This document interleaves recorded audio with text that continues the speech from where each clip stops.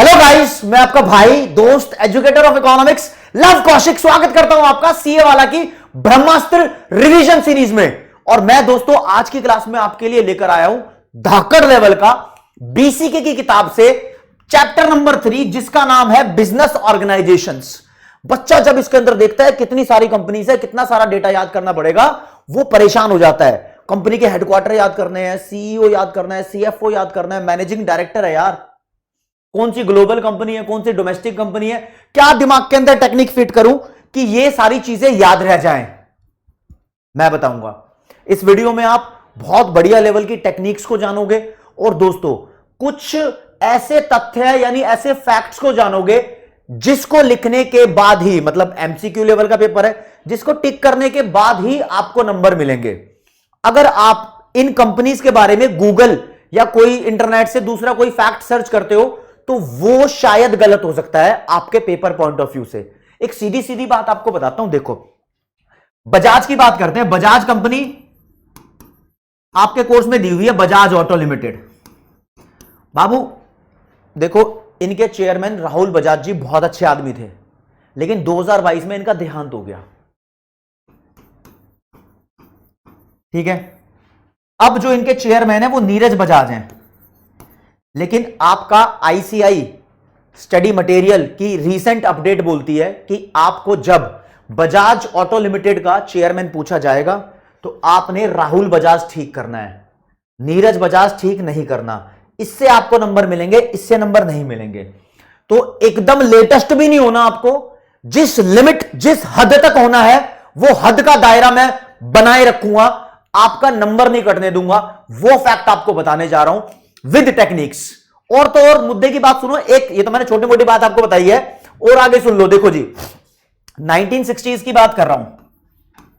1960s में धीरूभाई अंबानी और उनके भाई चंपकलाल दमानी दोनों ने मिलकर रिलायंस कमर्शियल कॉर्पोरेशन नाम की कंपनी खोली। ठीक है जी, खोली, कोई बात नहीं। 1966 में इस कंपनी को इन्होंने इनकॉर्पोरेट कराया, मतलब रजिस्टर कराया। किस नाम से? नाम था जी रिलायंस टेक्सटाइल, कपड़ों की कंपनी थी ना, प्राइवेट लिमिटेड। ठीक है जी।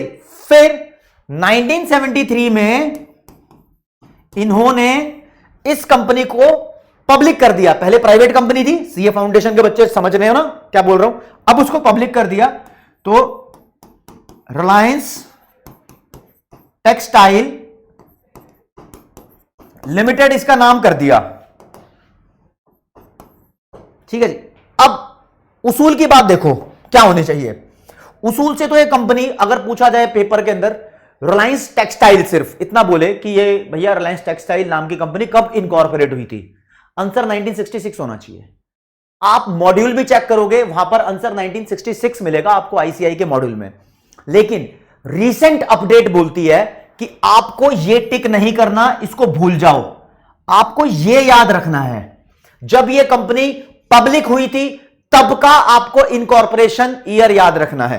अगर पेपर में क्वेश्चन आए रिलायंस कब इनकॉर्पोरेट हुई थी, ऑप्शन में 1966 और 1973 दोनों है, तो आप 73 को ठीक करके आओगे।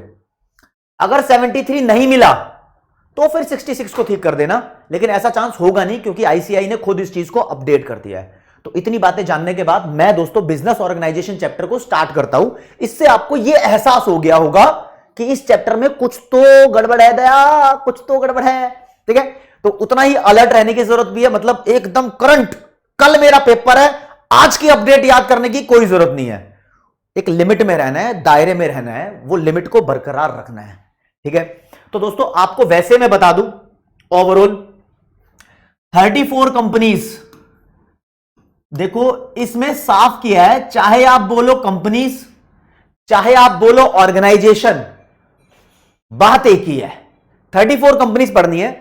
इन 34 कंपनी में से 24 कंपनीज आपको हमारे प्यारे देश भारत की पढ़नी है और 10 कंपनीज ऐसी हैं जो भारत की नहीं है, इनको ग्लोबल कंपनी बोलते हैं। दोस्तों 24 इंडियन कंपनी पढ़ोगे, शुरुआत हम इनसे ही करेंगे। फिर जो 10 कंपनियां हैं इनको ग्लोबल कंपनी बोला हुआ है। आपको एक हिंट हो जाना चाहिए, 10 में से 10 में से दोस्तों 9 कंपनियां अमेरिका की हैं, एक अकेली कंपनी है जो यूरोप में स्विट्जरलैंड की है, उसका नाम है नेस्ले। ठीक है, इनके बारे में बात करेंगे। सबसे पहले 24 भारतीय कंपनी के बारे में आ जाओ। इंडियन कंपनी इंडिया के अंदर बिजनेस करती हैं, बिजनेस तो ग्लोबल कंपनी भी हैं जो इंडिया के अंदर करती हैं, लेकिन पहले इंडियन कंपनीज की बात कर ले। इनको याद कैसे रखा जाए कि काफी सारी चीजें आसान हो जाए, तो अपन है ना 24 कंपनी की कैटेगरी कर लेते हैं कि कुछ कंपनियां सिर्फ दवाइयां बनाती है, फार्मास्यूटिकल से रिलेटेड है, कुछ कंपनियां पावर और पेट्रोलियम प्रोडक्ट से रिलेटेड है, कुछ कंपनी ऐसी है जो टेलीकॉम सेक्टर की है, कुछ कंपनी ऐसी हैं जो आईटी सेक्टर की है। ऐसे कैटेगराइजेशन कर लेते हैं, काफी हद तक चीजें आसान लगने लगेंगी। देखो दोस्तों, मैंने की हुई है आपके लिए, हरे रंग का पेन का इस्तेमाल करूंगा। हमारे पास आपको 4 बैंक स्टडी करने हैं, 4 bank, axis bank, ICICI bank, HDFC bank, state bank of India. ये 3 बैंक प्राइवेट है। स्टेट बैंक ऑफ इंडिया अपना सरकारी बैंक है। स्टेट बैंक ऑफ इंडिया की छोटी सी कहानी सुना दूं बीच में, मजेदार है। देखो दोस्तों, स्टेट बैंक ऑफ इंडिया की बात कर लो ताकि हल्का सा तुम्हें मजा आ जाए। देखो, हमारे देश में सन 1806 में पहला कमर्शियल बैंक खुला, इसका नाम था bank of Calcutta. I hope आपको यह पता होगा।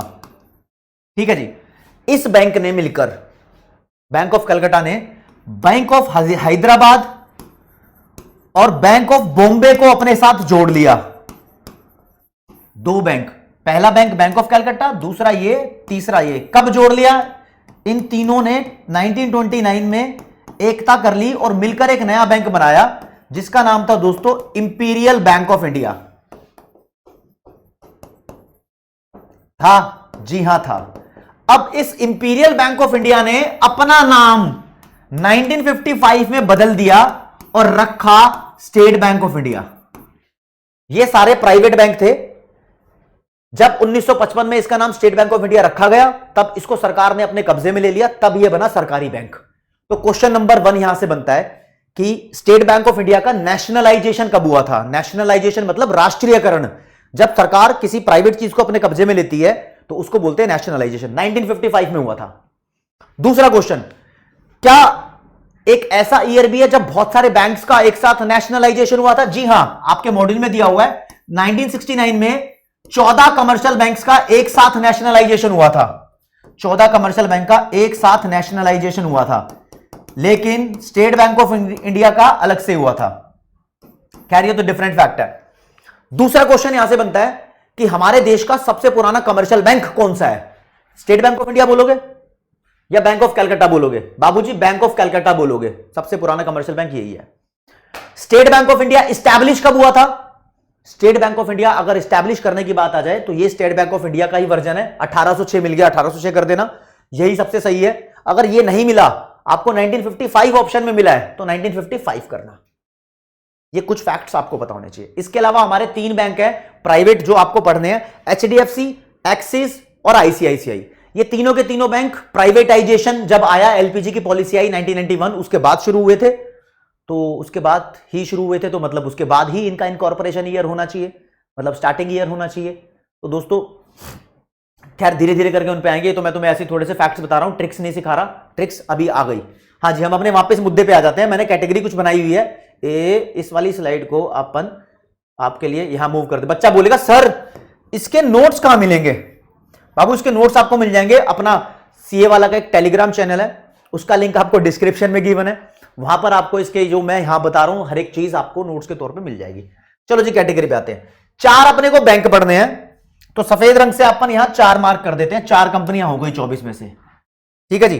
2 अपने को फार्मास्यूटिकल कंपनियां पढ़नी है, सिप्ला और डॉक्टर रेड्डी। रेड्डी लग रहा है ना? रेड्डी कहां होते हैं? साउथ इंडिया में। साउथ इंडिया से रिलेटेड ही है, हैदराबाद की कंपनी है। चलो छोड़ो इस बात को। सिप्ला और डॉक्टर रेड्डी, इसके अलावा 2 कंपनियों का नाम और बीच बीच में गिवन है, एक रेनबैक्सी और एक गैलेक्सो, लेकिन उसकी डिटेल गिवन नहीं है। रेनबैक्सी, गैलेक्सो टॉप 2 कंपनी हमारे देश की। ठीक है, चलो कोई बात नहीं। फिर पावर और पेट्रोलियम की कंपनियां, power grid corporation limited, Bharat petroleum corporation limited, coal India, gas authority of India limited, Indian oil, NTPC, ONGC. कितनी कंपनियां हो गई? गिन के लिखो।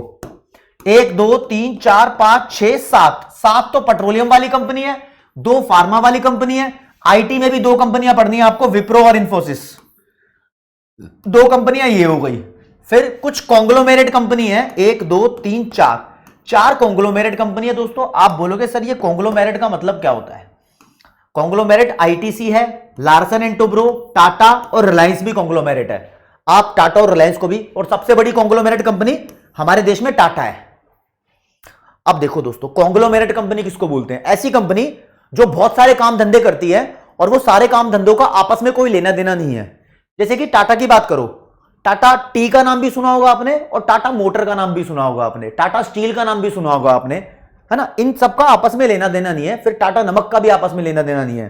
ताज होटल भी टाटा का है, टाटा डोकोमो, टाटा फोटोन, तो बहुत सारे प्रोडक्ट्स हैं इसके, आपस में उनका लेना देना नहीं है। मतलब अनरिलेटेड अलग अलग कैटेगरी का बिजनेस ये करती है। आईटीसी के बारे में बात करूं, जब ये कंपनी बनी थी ना, तब इस कंपनी का नाम था इंडियन टोबैको कंपनी, फिर इसका नाम हुआ इंपेरियल टोबैको कंपनी। आज के नाम इसके कोई फुल फॉर्म नहीं है, सिर्फ आईटीसी बोलते हैं। पहले ये टोबैको से रिलेटेड सिगरेट, सुट्टा, पान वगैरह इससे रिलेटेड प्रोडक्ट्स बनाती थी। आज के टाइम में आप देखोगे क्लासमेट का रजिस्टर भी इसका है, सनफिस्ट बिस्किट भी इसका है, और आईटीसी के 5 स्टार होटल्स भी हैं, और टोबैको प्रोडक्ट्स तो इसके आते ही हैं।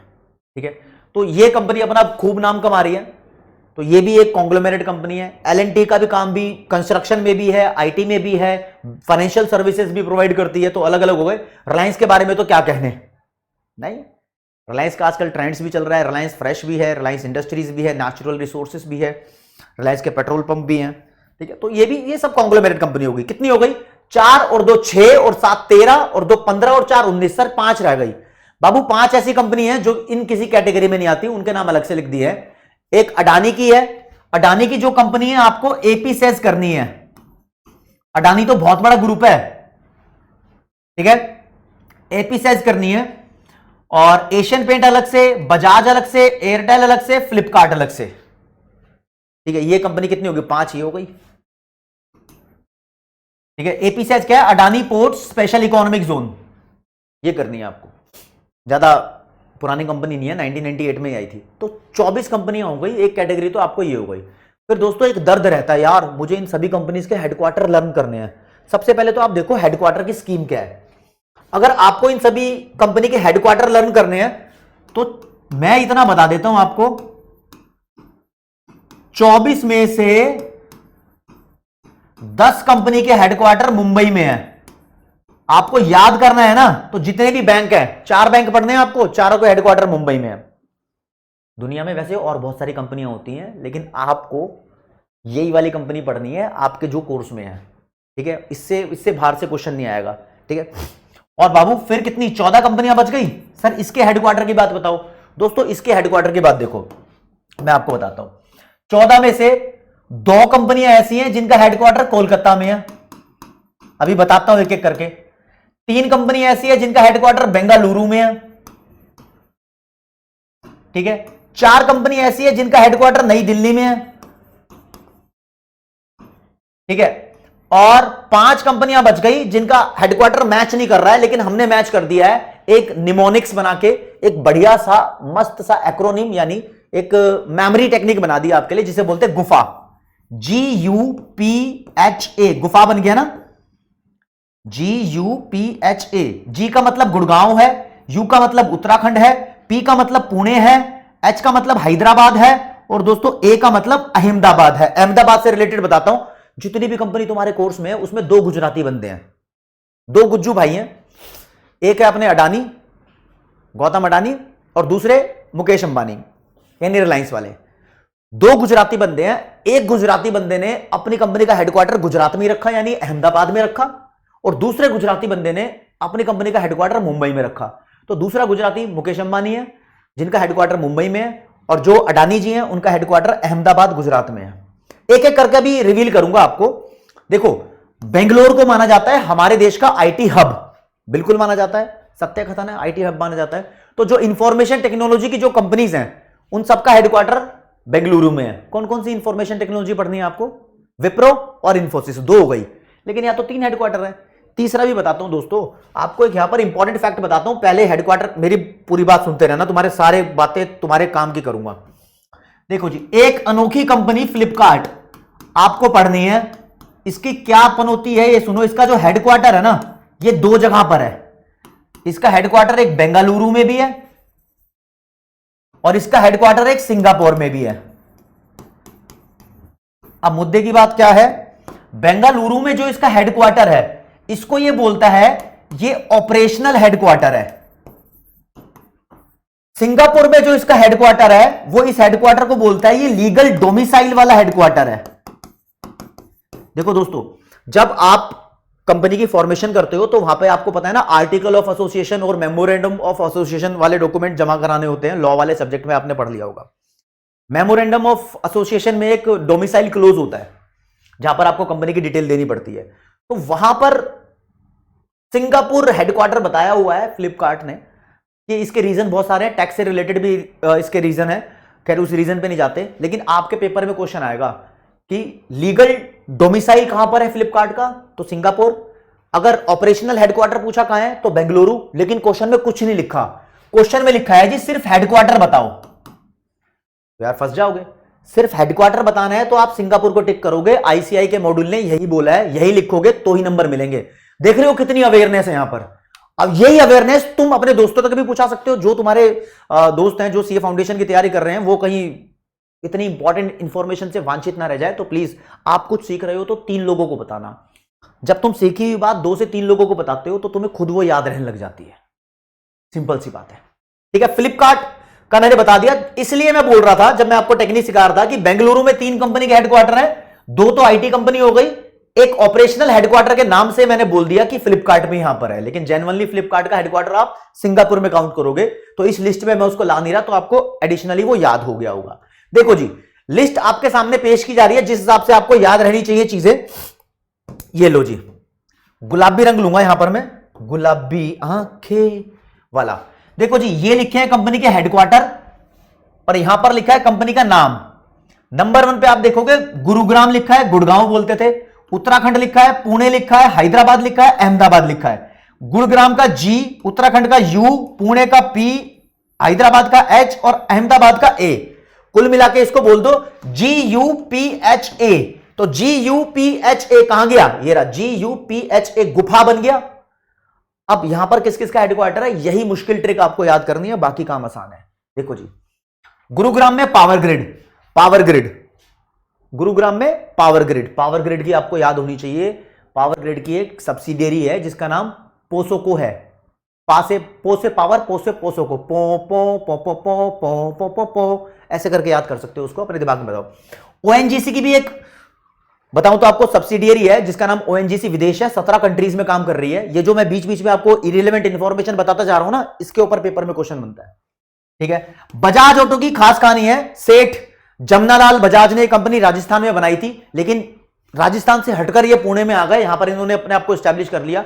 जितनी भी कंपनी आपको पढ़नी है, पुणे में किसी का हेडक्वार्टर है ही नहीं, सिर्फ बजाज का है। यानी ये जो 5 है गुफा वाले, यहां पर किसी का हेडक्वार्टर नहीं है, ये सेपरेट है। इसलिए तुम्हारे दिमाग में ये चीज सेट भी रहेगी। ठीक है ना। फिर दोस्तों, डॉक्टर रेड्डी नाम से याद आता है। रेड्डी मतलब साउथ इंडिया की बात हो रही है, हैदराबाद में हेडक्वार्टर है। और फिर अडानी पोर्ट्स मैंने बताया, APSEZ, Adani port special economic zone, ये है जी अहमदाबाद में। गुजराती बनने हैं, मैं यहां से मिटा देता हूं ताकि तुम्हारा ये खराब ना हो, क्योंकि तुम्हें तो नोट्स डाउनलोड करने हैं ना। ठीक है, ये गुफा मैंने कर दिया। फिर कलकत्ता में 2 कंपनी के हेडक्वार्टर हैं, 2 कंपनी यहां लिख दिया, 2 कंपनियां हैं, एक आईटीसी और दूसरा कोल इंडिया। ठीक है, बेंगलुरु में 3 कंपनी है, विप्रो, इंफोसिस और फ्लिपकार्ट। और नई दिल्ली में 4 है, एयरटेल, गेल, एनटीपीसी और आईओसीएल। इसको आप ऐसे याद कर सकते हो, एयरटेल का ए, गेल का जी, एनटीपीसी का एन और इंडियन ऑयल का आई। क्या बनाइए, AGNI, अग्नि मतलब गर्मी। तड़पाए रे, सारी रात जगाए रे, हेडक्वार्टर तेरे दिल्ली की गर्मी, गर्मी से आई अग्नि। तो अग्नि तुम याद कर लोगे तो तुम्हें पता लग जाएगा दिल्ली के अंदर 4 कंपनी के हेडक्वार्टर है। ठीक है, तो भैया इसको एक बार तुम्हें अपनी कॉपी के अंदर नोट करना पड़ेगा, चाहे तुम एक बार रीड कर सकते हो, तो एक बार तो टाइम देना पड़ेगा इन चीजों को, तब तुम्हें याद हो जाएंगे। ठीक है जी, हो गया जी। ठीक है, और फिर क्या सर, कितनी कंपनियां होंगी गिनवाओ। चलो जी आपको कंपनी गिनवाते हैं कितनी हो गई है। एक गुफा, दूसरी गुफा, तीसरी गुफा, चौथी गुफा, पांचवी गुफा। 5 कंपनियां गुफा की हो गई, 2 कलकत्ता की 7 हो गई, 3 बेंगलुरु की 10 हो गई, 4 नई दिल्ली की 14 हो गई। इंडियन कंपनीज तो 24 है, आपने 14 बता दिया। बाकी जो बच गया, जो समझ नहीं आया, सब मुंबई। 4 बैंक है, चारों मुंबई। जो कंपनी बच गई सब Mumbai. In the Mumbai all over India 10 headquarters हैं आईसीआई के मॉडल के कोर्स के हिसाब से। 10 हेडक्वार्टर्स हैं जिनके नाम लिख दिए दोस्तों। State bank of India, Tata son, Cipla, L N T, Asian paint, BPCL, Reliance, Axis bank, HDFC bank और आईसीआईसीआई बैंक। सिंपल है, मैंने कुछ यहां पर मिटाना तो नहीं है। हाँ इतना तुम ध्यान रख ही लोगे, कुछ मिटाने की मुझे जरूरत करनी नहीं चाहिए यहां पर, कुछ तो तुम करोगे। ठीक है दोस्तों, चलो जी ये तो हेडक्वार्टर की टेक्निक हो गई सर। अब कंपनी के बहुत सारे स्लोगन भी हैं दोस्तों। देखो सभी कंपनी के स्लोगन एक बार रीड कर लेना। जो मेरी तरफ से इंपॉर्टेंट स्लोगन्स है मैं आपको बताता हूं। जो छोटे होते हैं और ज्यादा बेहतर मैसेज देते हैं उसके स्लोगन ज्यादा इंपॉर्टेंट है। सिप्ला का स्लोगन लिखा हुआ है केयरिंग फॉर लाइफ। अब दवाई वाली कंपनी है तो केयर ही करेगी लाइफ की। Bajaj Auto distinctly ahead. Reliance का growth is life. Coal India का स्पेशल है empowering India, enabling life, nurturing nature. 3 लाइनें लिखी हुई थी इसमें। इन्फोसिस का navigate your next. HDFC bank का वी अंडरस्टैंड योर वर्ल्ड। छोटा सा ये आप याद कर सकते हो। अब आते हैं दोस्तों इनकॉर्पोरेशन समरी पे। मतलब आपको यह बताना है कि कौन सी कंपनी कब इनकॉर्पोरेट हुई थी। इनकॉर्पोरेशन का ईयर भी तो आपको याद रखना है। तो इसको है ना हम एक असेंडिंग ऑर्डर में याद करेंगे, बढ़ते हुए क्रम में। असेंडिंग ऑर्डर, असेंडिंग ऑर्डर का मतलब उस्ताद हो गया इंक्रीजिंग ऑर्डर में। हम 1800 यानी सन 1800 से बात करेंगे। 1850 के दशक में कितनी कंपनियां थी, 60 के दशक में कितनी कंपनियां थी, 1900 में कितनी कंपनियां थी, 1950 में कितनी कंपनियां थी, आपको कुछ कुछ याद होने लगेगा। फिर एक कॉम्बिनेशन सेट करके दूंगा। जैसे कि मैं कॉम्बिनेशन आपके लिए सेट, 2 कंपनियां ऐसी हैं जो 1945 में एस्टैब्लिश हुई थी, 2 कंपनियां ऐसी हैं जो 1984 में एस्टैब्लिश हुई थी। तो 2-2 करके जोड़े ही बनेंगे। लेकिन आप ध्यान दो जरा, मुद्दे की बात क्या है। देखो दोस्तों, गुलाबी रंग का पेन ले लूं वापस। देखो जी, बात कर रहे हैं 1800 के समय की, 19वीं सदी की। सबसे पहले स्टेट बैंक ऑफ इंडिया 1806 में, उसके बाद टाटा 1868 में। पुरानी हो गई 1800 करके, भाई पुरानी कंपनियां 2 ही पड़ दी हैं ऐसे करके। 1910 के दशक में एक अकेली कंपनी आईटीसी आई, 1910 में आई। 1930 के दशक में 2 कंपनियां सिप्ला और एलएनटी आई। फिर 1940 के दशक में 3 कंपनियां आई हैं हमारे पास। एक का नाम एशियन पेंट है 1942। फिर हमारे पास बजाज और विप्रो है। ये दोनों देख रहे हो 1945 है। यहां से दिमाग लगाना, ठीक है जी। आगे आ जाओ। फिर 1950s के दशक में Bharat petroleum, oil and natural gas, Indian oil, तीनों कंपनियां। और ध्यान रखना तीनों की तीनों गवर्नमेंट कंपनीज हैं। 3 सरकारी कंपनियां 1950s में देश आजाद होते ही बनी है। देश की आजादी के बाद तीनों सरकारी कंपनियां, ऐसे हो सकता है। 1970s में 3 कंपनियां हैं, रिलायंस, कोल इंडिया, एनटीपीसी। यहां देखो रिलायंस को 1973 लिखा है और मॉड्यूल के अंदर इसको 1966 लिखा है। आप 73 ध्यान रखोगे। खैर मोटी बात क्या है, कोल इंडिया और एनटीपीसी दोनों 1975 में एस्टैब्लिश हुई हैं, पता होना चाहिए आपको। फिर आ जाओ 1980s के टाइम में 4 कंपनियां एस्टैब्लिश हुई हैं, इन्फोसिस, गेल, डॉक्टर रेड्डी और पावर ग्रिड। जब 1984 के दंगे हुए, बहुत फेमस मतलब दुर्घटना थी, वो दुर्घटना ही थी, बहुत शौक का टाइम था दिल्ली के अंदर जब दंगे हुए। तो उस टाइम 2 कंपनियां एस्टैब्लिश हो गई थी, लाल रंग से यहां लिखूंगा, खून का टाइम था वो, बहुत दुख वाली घटना। 1984 में 2 कंपनियां गेल और रेड्डी आई हैं। क्रिस गेल नहीं है क्रिकेट वाला, ध्यान रखना, ये समझ रहे हो ना, ये gas authority of India limited. पहले इसको बोलते थे, अब सिर्फ गेल ही बोल देते हैं, कोई दिक्कत नहीं है। गेल की खास बात यह है कि इंडिया का लार्जेस्ट पाइपलाइन नेटवर्क इसका है, समझ रहे हो। घर के अंदर तुम्हारे सिलेंडर आता है इंडियन एलपीजी, इंडियन एलपीजी किसका है, इंडियन ऑयल वालों का है। तो कुछ तुम्हें पता होना चाहिए कुछ कुछ, ठीक है। बीच में छोटी छोटी बातें कर देता हूं, ठीक है जी। फिर आते हैं जी बैंक 1990s पे। 1990s में भैया 5 कंपनियां हैं, एक्सिस बैंक, एचडीएफसी, आईसीआईसीआई, 3 तो बैंक है। कब कब है, 93, 94, 94। और फिर देखोगे तो एयरटेल और अडानी पोर्ट भी हैं 95 और 98। मुद्दे की बात क्या है जो ध्यान रखनी है कि आईसीआईसीआई और एचडीएफसी ये दोनों सेम टाइम पर इनकॉर्पोरेट, मतलब सेम ईयर में इनकॉर्पोरेट हुए थे। आपको इनकी एग्जैक्ट डेट याद नहीं करनी है, बस आपको इनका ईयर याद करना है और बोलना है बल्ले बल्ले, बल्ले बल्ले बोल दोगे काम हो जाएगा बढ़िया। ठीक है। 2000 के टाइम में यानी 2007 में अपनी फ्लिपकार्ट आई थी। दो आईआईटी में पढ़ने वाले बंसल ब्रदर, सन्नी बंसल और सचिन बंसल ने इनको स्टार्ट किया था फ्लिपकार्ट को। फ्लिपकार्ट की कहानी सुनो, छोटी मोटी कहानी बताऊंगा, ज्यादा बड़ी कहानी नहीं बताऊंगा, बीच बीच में तुम्हें कुछ बता भी रहा हूं ताकि तुम्हें कुछ ध्यान रह जाए। देखो दोस्तों, फ्लिपकार्ट के पीछे पड़ गया मैं, तुम तो बोलोगे।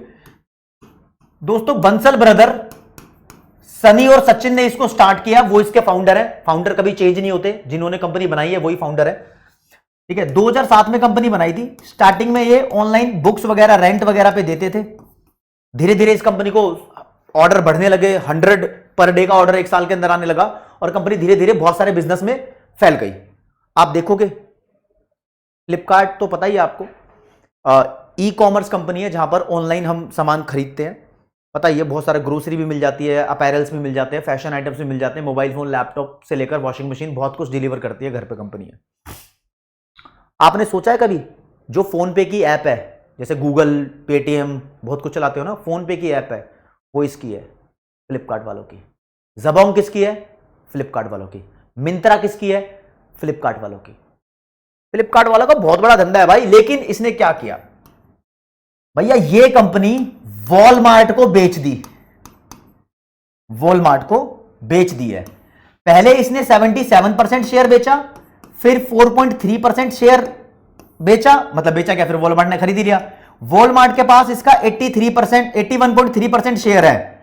एग्जाम में क्वेश्चन आ सकता है कि फ्लिपकार्ट को किसने खरीदा? वॉलमार्ट ने। अब तक की पूरे वर्ल्ड की सबसे बड़ी ई कॉमर्स डील हुई थी ये, जिसमें वॉलमार्ट ने इसको खरीद लिया था। और बताऊं आपको मैं, फिर वॉलमार्ट के पास कितना शेयर होल्डिंग है इसकी? 81.3। अब दोस्तों वॉलमार्ट की कहानी सुन लो। वॉलमार्ट भी बहुत सारा रिटेल प्रोडक्ट्स बेचती है पूरे वर्ल्ड में। आपको है ना कंपनीज की रैंकिंग भी करनी है। देखो, दो तरीके की मैगजीन है। एक है जी फोर्ब्स मैगजीन, जो बेस्ट कंपनीज बताती है कौन कौन सी है। एक है जी फॉर्च्यून 500, ये भी बेस्ट कंपनीज की लिस्ट बताती है कि कौन सी कंपनी इनके हिसाब से बेस्ट है। आपको ये दोनों की रैंकिंग करनी है 10 ग्लोबल कंपनी के लिए, दोनों की रैंकिंग। और फोर्ब्स की रैंकिंग करनी है सिर्फ इंडियन कंपनीज के लिए। तो इंडियन के लिए दोनों कंपनी की मत करना, इसका ही काम चल जाएगा। हाँ जी, फॉर्च्यून 500 के हिसाब से पूरे वर्ल्ड की नंबर 1 कंपनी है फ्लिपकार्ट, वॉलमार्ट। इतना कुछ सीख रहे हो भाई यहां पर? नहीं, बीच में फैक्ट आया था तो आपको बता दिया, इससे तुम कुछ जान पाओगे। चलो जी, कोई बात नहीं। फिर जी फाउंडर किस किस के करने हैं? फाउंडर बाबू करने तो सभी के ही हैं, जो इंपॉर्टेंट है, जो मुझे लगते हैं वो मैंने आपको बताए हैं। देखो जी, सिप्ला के फाउंडर ख्वाजा अब्दुल हमीद। ख्वाजा मेरे ख्वाजा, ख्वाजा मेरे ख्वाजा, ऊपर वाले की पूजा करते हैं ना, तो हेल्थ की बात करते हैं, मेरी जान बचा ले, सब कुछ बचा ले। ठीक है, तो सिप्ला दवाई की कंपनी है जो ख्वाजा मेरे ख्वाजा करके आप याद कर सकते हो। लार्सन एंड टुब्रो, दो दानिश इंजीनियर ने स्टार्ट की थी। इसका नाम तुम्हारे मॉड्यूल में नहीं है तो यहां से क्वेश्चन भी नहीं आएगा, बस दो दानिश इंजीनियर आ जाएगा। एशियन पेंट 4 बंदों ने मिलकर स्टार्ट की थी, इसको चौकसी एंड चौकसी बोल के बोलते हैं। चंपकलाल चौकसी, सूर्यकांत दानी, अरविंद वकील, वकील नाम है किसी का, कास्ट है, चमनलाल चौकसी। ठीक है, बजाज ऑटो, जमनालाल बजाज ने राजस्थान में स्टार्ट की थी, लेकिन हेडक्वार्टर इसका पुणे में डाल दिया, वहां से काम करते हैं। विप्रो, मोहम्मद प्रेम जी ने स्टार्ट की। विप्रो की खास बात है, तुम्हें लगता है आईटी कंपनी है ये, आईटी के अलावा इसका किसान जैम भी आता है, समझ रहे हो? किसान के प्रोडक्ट्स है ना वो इसके हैं। और मैंने तो देखा है, इलेक्ट्रिकल्स की दुकान पे गया तो वहां पर विप्रो का बल्ब भी मिल रहा था। मेरे घर में विप्रो का बल्ब लगा हुआ है एक आधा। इनके बेटे अजीम प्रेम जी ने इनका काम संभाला। अब अजीम प्रेम जी के बेटे यानी इनके पोते रिशाद प्रेम जी विप्रो संभाल रहे हैं। रिशाद प्रेम जी। रिलायंस के फाउंडर धीरू भाई अंबानी और चंपकलाल दमानी। और इंफोसिस तो 7 इंजीनियर ने कंपनी बनाई थी, ये भी आईआईटीएंस थे। दोस्तों 7 इंजीनियर की कहानी सुनो, एक छोटी सी बताऊंगा। नारायण मूर्ति, नंदन नीलेकाणी, एनएस राघवन, गोपाल कृष्णन, शिबूलाल, दिनेश, अशोक अरोड़ा। अभी तो नंदन नीलेकाणी जी इसको संभाल रहे हैं, लेकिन नारायण मूर्ति की कहानी बताता हूं। नारायण मूर्ति की प्यारी प्यारी बिटिया की शादी यूके के प्राइम मिनिस्टर ऋषि सुनाक से हुई है। तो नारायण मूर्ति जी के दामाद हैं वो ऋषि सुनाक। बस ये बताना था, और क्या, तुम्हारे पढ़ाई से रिलेटेड नहीं है। एयरटेल सुनील भारती मित्तल, और फ्लिपकार्ट सचिन बंसल और बिनी बंसल। हाँ बिनी बंसल है, सॉरी मैं सनी बंसल बोल गया था, बिनी बंसल है भाई, बिनी बंसल, मैंने पहले सनी बंसल बोल दिया था, आई एम सॉरी। ओके चलो जी, 2 बंसल ब्रदर है, बस इतना ध्यान रखना। अब दोस्तों आ जाओ तुम कूद कर, छोटी मोटी बात बताइए तो 10 ग्लोबल कंपनीज पे आ जाओ। काफी हद तक आपका काम आसान कर दिया। 10 ग्लोबल कंपनी पे, इसमें से 9 तो अमेरिकन है, एक स्विट्जरलैंड की है वेवे, स्विट्जरलैंड वेवे में उसका हेडक्वार्टर है, जिस कंपनी का नाम है नेस्ले। चॉकलेट भी आती है, ठीक है। अच्छा, चॉकलेट से बात हुई तो यार फैबेले दुनिया की सबसे महंगी चॉकलेट है जो आईटीसी के द्वारा बनाई जाती है। ये हमारी आईसीआई के मॉड्यूल का कहना है। गूगल में सर्च करोगे तो शायद कुछ और आंसर भी मिल जाए, लेकिन आपको यह ध्यान रखना है, ठीक है। मतलब आपको एग्जाम ओरिएंटेड फैक्ट बता रहा हूं जिससे आपको नंबर मिलेंगे, समझ रहे हो। ये बहुत इंपॉर्टेंट है यार, ये चीज जबरदस्त इंपॉर्टेंट है, ठीक है जी। आगे बढ़ो आगे, चलो जी। इनकॉर्पोरेशन ईयर सबसे पहले देखेंगे। बाहर की कंपनियों के वही असेंडिंग ऑर्डर में लगाए हुए हैं। 1800 के अंदर 3 कंपनियां आई हैं, 1910 में 1 कंपनी, 1930 में 1 कंपनी, 1960 के दशक में 2 कंपनी, 1970s में 2 कंपनी, 1990s में 1 कंपनी, और दोस्तों 2000 के दशक में 1 कंपनी। टोटल करो 3, 4, 1 और 5 और 2 7 और 2 9 और 1 10। 11वीं कंपनी कहां से आ गई इसके बारे में बताऊंगा। 10 कंपनी आपको पढ़नी है, 10 कंपनी पढ़ लो, फिर 11वीं पे आते हैं क्या मैटर है। देखो जी, 1800 दशक में 3 कंपनी आई है। अमेरिकन एक्सप्रेस, इनने पहले ट्रांसपोर्टेशन का काम शुरू किया था, अब फाइनेंशियल सर्विसेज, क्रेडिट कार्ड और ट्रैवलर्स चेक वगैरह बहुत कुछ बनाती है, टॉप कंपनी है। नेस्ले और गोल्डमैन सैक्स। गोल्डमैन सैक्स एक इन्वेस्टमेंट बैंक है, इवन वर्ल्ड का सबसे बड़ा इन्वेस्टमेंट बैंक है ये। इन्वेस्टमेंट बैंकर क्या होते हैं भाई? जब किसी कंपनी को पैसा इकट्ठा करना होता है, फंड रेज करना होता है डेट से या इक्विटी से, तो ये लोग बताते हैं कौन कौन से पेपर, कौन कौन सी फॉर्मेलिटीज होगी। ये सलाह देते हैं कि कितने रुपए का शेयर आपको इशू करना चाहिए और कितने शेयर इशू करने चाहिए, सारी बातें बताते हैं। तो दुनिया का सबसे बड़ा इन्वेस्टमेंट बैंक है आज के टाइम में। फिर IBM corporation, international business machine इसकी फुल फॉर्म है, स्टैब्लिश हुई थी 1911 में, जस्ट आईटीसी के 1 साल बाद। आईटीसी हमारी इंडियन 1910 में हुई थी, ये 1911 में हुई थी। दुनिया में सबसे ज्यादा पेटेंट होल्ड करने वाली प्राइवेट कंपनी ये है। कहते हैं इसके एम्प्लॉइज पे भी बहुत सारे पेटेंट्स हैं। आप अगर ध्यान दोगे तो पर्सनल कंप्यूटर किसने बनाया? इसने। एटीएम मशीन किसने बनाई? इसने। एक फ्लॉपी डिस्क होती है डेटा को स्टोर करने वाली, आजकल तो पेन ड्राइव वगैरह चल गए हैं, पहले फ्लॉपी डिस्क चलती थी, किसने बनाई? इसने। ये क्लेम करती है जो बारकोड होता है ना, जब तुम किसी को पैसा भेजते हो, स्कैन करते हो बारकोड किसने बनाया? इसने। मतलब कितनी अमेजिंग बात है। एटीएम कार्ड, क्रेडिट कार्ड पे आप देखते हो मैग्नेटिक स्ट्रिप होती है ब्लैक कलर की, वो किसने बनाई? बहुत स्कीम में है भाई, ठीक है। फिर चलो जी, हॉलेट एंड पैकार्ड एचपी की कंपनी 1939 में, इंटेल इंटेल कॉर्पोरेशन 1968 में। देख रहे हो, मतलब असेंडिंग ऑर्डर में है, तो तुम लिखोगे तो काफी हद तक तुम्हें याद हो जाएगा। वॉलमार्ट 1969 में। वॉलमार्ट दुनिया की फॉर्च्यून 500 में रैंक 1 कंपनी 2023 के हिसाब से, पहले भी बनी थी वैसे तो। रेवेन्यू के मामले में दुनिया की सबसे बड़ी कंपनी है ये, वैसे भी सबसे बड़ी कंपनी है भाई, ठीक है। चलो जी, अब माइक्रोसॉफ्ट 1975 में, एप्पल 1977 में। ध्यान देना एप्पल के बारे में, क्योंकि बहुत फेमस चल रही है, आईफोन 15 लॉन्च हुआ है रिसेंटली, तो इसलिए बताऊंगा। 1976 में एप्पल कंपनी स्टैब्लिश हुई, फाउंडिंग हुई उसकी, लेकिन 1977 में इसको लिस्ट कराया गया, इनकॉर्पोरेशन हुई इसकी। इस बात को ध्यान रखना। 77 में पहला आईफोन कब आया? 2007 में। जब यह कंपनी स्टैब्लिश हुई थी एप्पल 1977 में, इसका नाम था Apple computer incorporation, Apple computer Inc. Incorporation को शॉर्ट में इंक बोलते हैं। लेकिन 2007 में इसने अपना नाम बदल दिया, एप्पल कंप्यूटर्स इंक से हटाकर एप्पल इंक रख दिया सिर्फ, क्योंकि पहले ये सिर्फ कंप्यूटर या फिर कुछ म्यूजिकल इंस्ट्रूमेंट्स बनाती थी, अब ये computer, laptop, mobile phone, main काम तो मोबाइल फोन का चल रहा है भाई, इसका धंधा उठा रही है मोटा। Amazon 1994 में आई। अब देखो दोस्तों, यहां तुम्हें नीचे दिख नहीं रहा, लेकिन तुम इस पूरे नोट्स को डाउनलोड करोगे तो आप डाउनलोड कर पाओगे कहां पर? टेलीग्राम चैनल पे, नीचे लिंक डिस्क्रिप्शन में। यहां लिखा है Amazon इंडिया। Amazon इंडिया में 2012-13 में आ गई थी, ये एक अलग से कंपनी है। Amazon इंडिया इज डिफरेंट, है Amazon की ही। Amazon ने इंडिया में एंट्री Amazon इंडिया के नाम से करी है, ठीक है जी, 2012-13 के अंदर। तो ये 11वें नंबर का इसलिए ऐड हो गया है, ठीक है। अब देखो यहां से क्वेश्चन आ जाए, लेकिन मुझे सबसे ज्यादा इंपॉर्टेंट लगता है ये कंपनियां कब इनकॉर्पोरेट हुई, इससे ज्यादा जानना ये जरूरी है। ये कंपनियां इंडिया में दाखिल कब हुई, इंडिया में एंट्री कब ली इन्होंने, तो मेजर कंपनी के बारे में जान लो।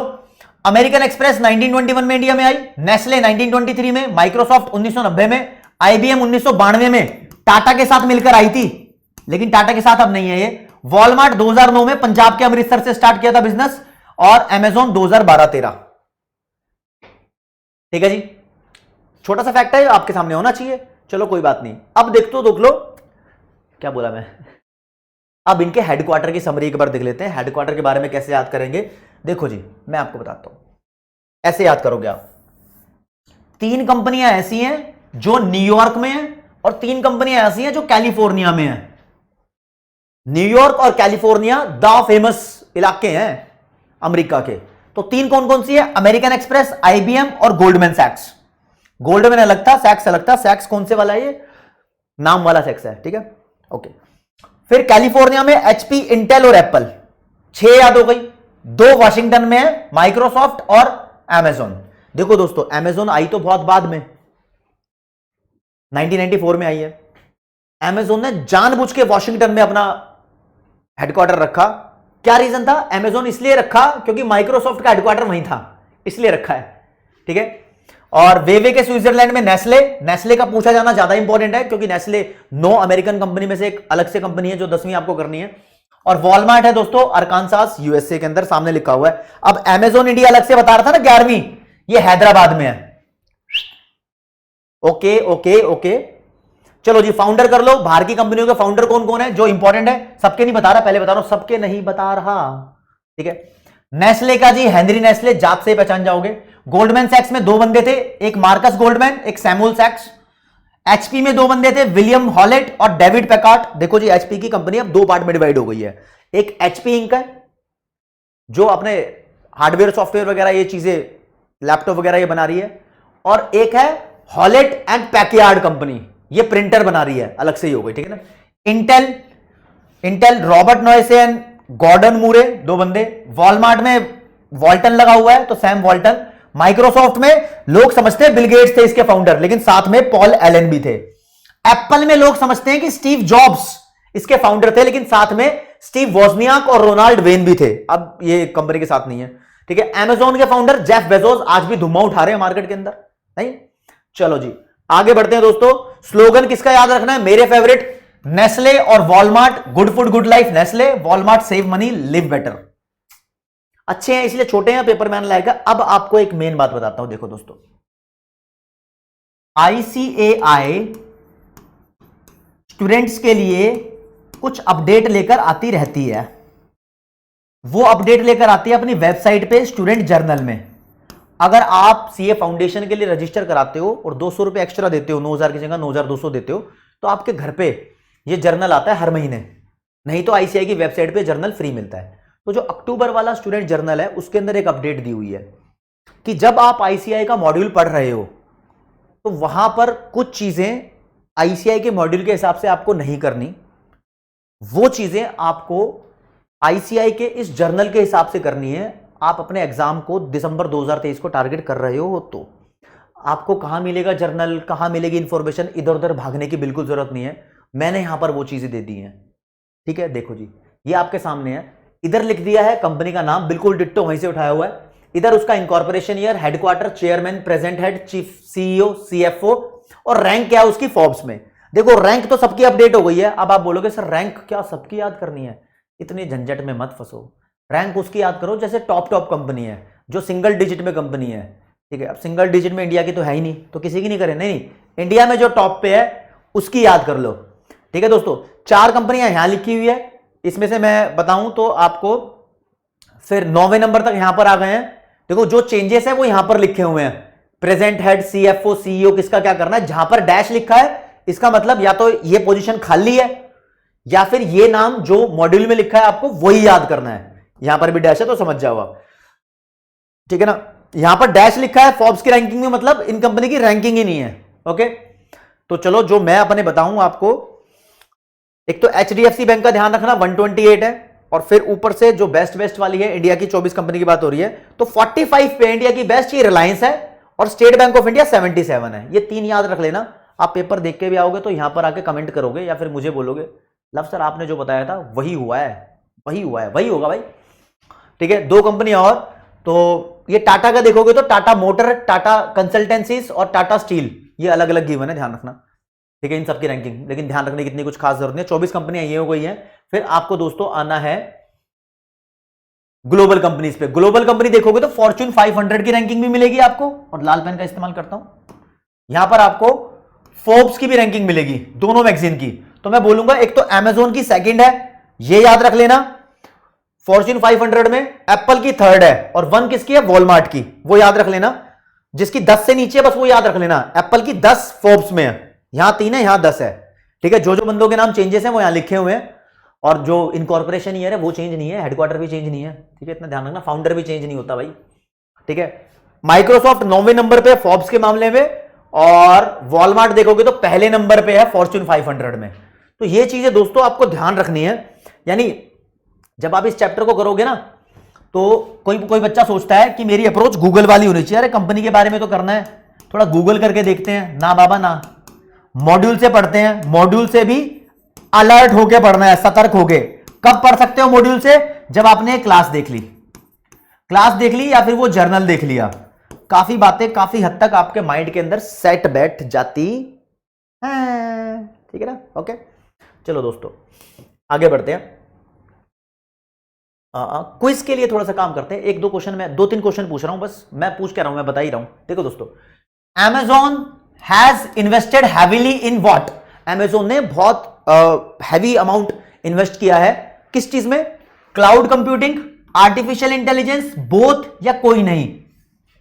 Amazon का AI जानते हो ना, आर्टिफिशियल इंटेलिजेंस, एलेक्सा गाना गाओ, एलेक्सा रंग दे बसंती, एलेक्सा जवान, एलेक्सा हुड हुड दबंग दबंग, कुछ भी बोलो करती है एलेक्सा, है ना। तो इसमें भी इन्वेस्ट किया है और इसमें भी इन्वेस्ट किया है, आंसर इज सी। अगर आपको ना पता हो ऐसे क्वेश्चन का आंसर तो ये हिंट है। ये एक और क्वेश्चन देखो, which company is rank 1 in the Fortune 500 companies list 2023, पता होना चाहिए बाबू, वॉलमार्ट इज रैंक 1। दुनिया में ऐसी प्राइवेट कंपनी रेवेन्यू के हिसाब से सबसे बड़ी, रैंक 1 फॉर्च्यून में, और सबसे ज्यादा लोगों को नौकरी दे रखी है, ये ध्यान रखना, पूरी दुनिया में सबसे बड़ा प्राइवेट एम्प्लॉयर है ये। बहुत सारी बातें और आ जाओ।